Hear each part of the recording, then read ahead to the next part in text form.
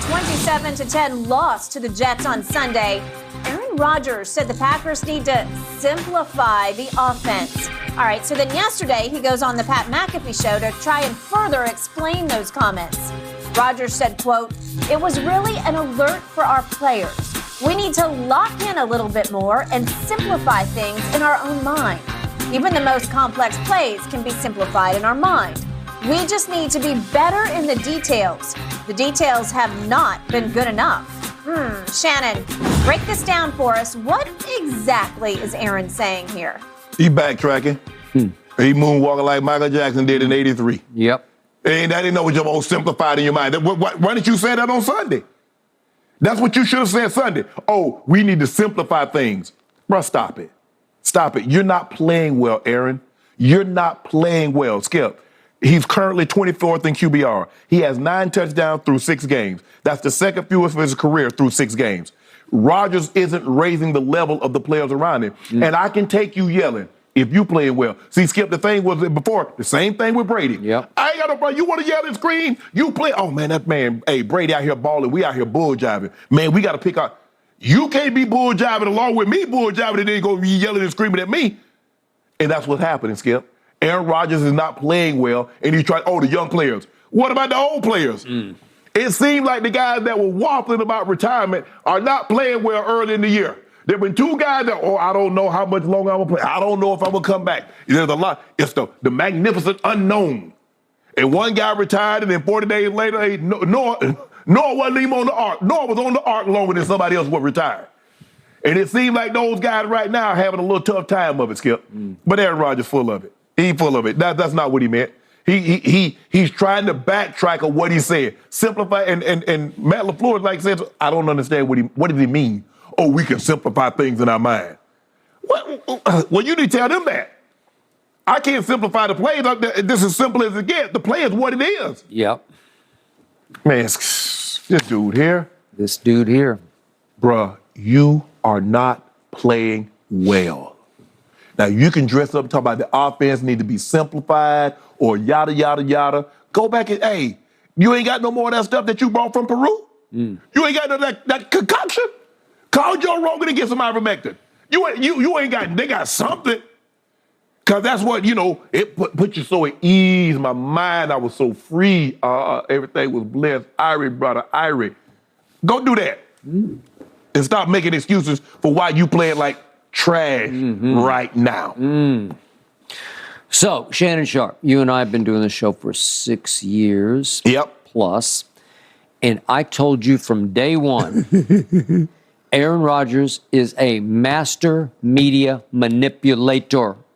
He is the shrewdest of operators because in the end, he is the all-time, he is the Mount Rushmore of finger-pointing blame deflectors. And this is blame deflection. Simplify was a code word for my supporting cast can't measure up to my intellectual football level. Like they don't get it. I'm operating on a plane way above all of them, so I just don't have enough help. It's another way to say, I just don't have it because these kids that receive, they don't get it. Bruh, it's not that complicated. You throw, I catch. I ain't have no econ. John had an economics degree from Stanford. I have a criminal justice degree from Savannah State. You throw it, I'll catch it. It's as simple as that. You need me at 10, I'm going to be at 10. You need me at 14, I'm going to be at 14. What do you need? I got you. All that other stuff, that's it, Skip. He want to be so proud. Okay, you're a genius. You got 160 IQ. But at the end of the day, can you deliver the ball? That's all I need you to do. I need you to deliver the ball. I am not just quantum physics. I don't care. Two-jet flanker drive. Give me the ball. And he wants to be seen as the smartest man in every room, but especially in the locker room. Yeah.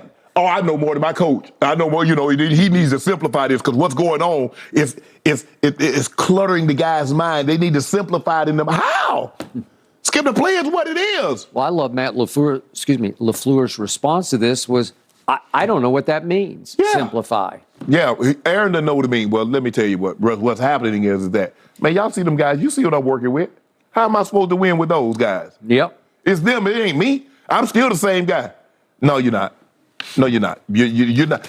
We've never seen Aaron Rodgers play like this, Skip. Nope. Maybe Simplify should be Simplify because he needs the Marines to come and save him, right? He does. And he is still trading off, living off that long ago Super Bowl. And every time we bring this up, a whole nother year passes. What was it, off the 2010 season? Mm-hmm. So we're going on, what, 12 years 2011, ago? 2011. Yeah, that's true. 11 years ago. Mm-hmm. He went on a road wild card run. Where They played every game. They had to play the extra wild card game, but it was all on the road. Mm-hmm. And so there was no, what's your favorite word? Expectation. There was no expectation of Aaron Rodgers because they go to Philly against Michael Vick, and it goes to the wire. And Mike makes one bad choice and underthrows a little bit in the end zone, but it went right down to the wire. Yeah. And then where did they go to Atlanta? They blew the doors off Atlanta. Yeah. Oh, they beat Atlanta, then they went to Chicago. They went to Chicago, the championship and he game. got such a break because Jay Cutler, my guy from Vanderbilt, your guy that Mike Shanahan traded up to draft. Yep.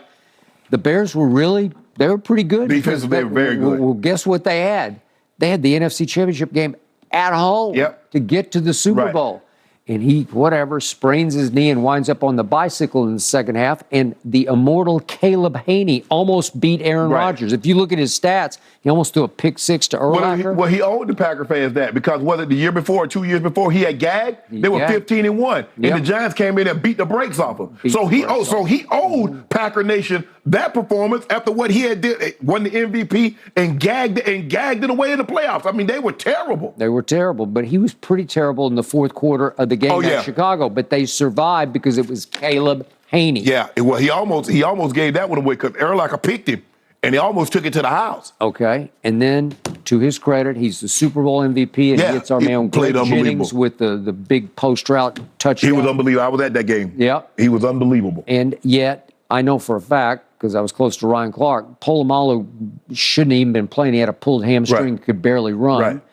And Ryan wasn't exactly a speed demon at that point in his career, so Aaron picked him apart. Right. Way to go. You got your Super Bowl. And it still took Clay Matthews pulling the ball out of Mendenhall's hand. I think that was he did. He pulled it out of his hands. Mm-hmm. And guess who the head coach was? My coach is Mike McPenalty, right? He won a Super Bowl.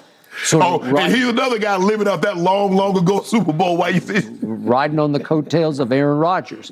So, everybody knows this, but I'm going to restate it one more time and drive it home. Aaron Rodgers, the last 2 years, had the best record in the NFC, had home field advantage to the Super Bowl twice as the number one seed, and to use your word, gagged it at home. Yeah, he did. He gagged it to Tom Brady, and then he gagged it to Jimmy Gagg. Jimmy Gagg got him. Really? Jimmy G. And they had the ball twice at the end of that game, and he completed one pass in the final two series of that game, and it was a 4-yard pass to Davante Adams. And I insist that at this moment, Davante is actually killing two teams because he's killing his Raiders off the last game that he played, but he's really killing the Packers because I didn't think this would come to roost. I didn't think it would be this bad either. This is Aaron Rodgers is actually getting exposed without Davante Adams. It is now clear that as Aaron has gotten later and later in his career, he's aging faster than Brady aged to me. Because what's Aaron, 38, going on 39? 39. Yeah. So he's going on 39 December or whatever it is. Mm-hmm. And yet he looks older and plays older than Brady does at 45. And all of a sudden it comes clear that, wait a second, Davante was making him. And it's rare that you see a receiver make a quarterback, but it got to the point last year where Aaron could just flip it in his direction. Yeah. He completely trusted that, what was he, 17? 17 will just go get it. Right. Where's 17? I'll throw it in his direction. He's had way better receivers than Brady's had. I mean, I think we don't do his receivers, Greg Jennings, Jordy Nelson, James Jones, Donald Driver, Greg Jennings, I don't know if I mentioned him, Devontae, Randall Cobb. All those guys were Pro Bowl players. Mm-hmm. I mean, let's not make it. Jermichael Finley was a solid tight end. He was. The injury forced his career short. Yep. So let's not pretend like he hadn't had great players around him to throw the ball to. It's just not been Aaron. And maybe these receivers aren't to the caliber of what those guys were. Well, okay.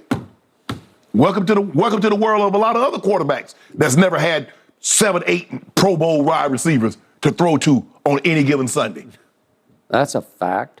And I've said it from the start. I still believe that the other Aaron in the backfield can be, on occasion, their MVP. They're just not featuring him the way they used to. They definitely need to run the football. Skip, the offensive line is not as good as I thought it would be. I thought getting Bakhtiari back at left tackle, Jenkins back at the right tackle. I think that's what he plays. I think he plays right tackle. He might play guard. But I thought, I was like, okay, they got Runyon at the left guard. I was like, okay, they're gonna be the offensive line been. But maybe Jets just like we're just gonna attack the quarterback.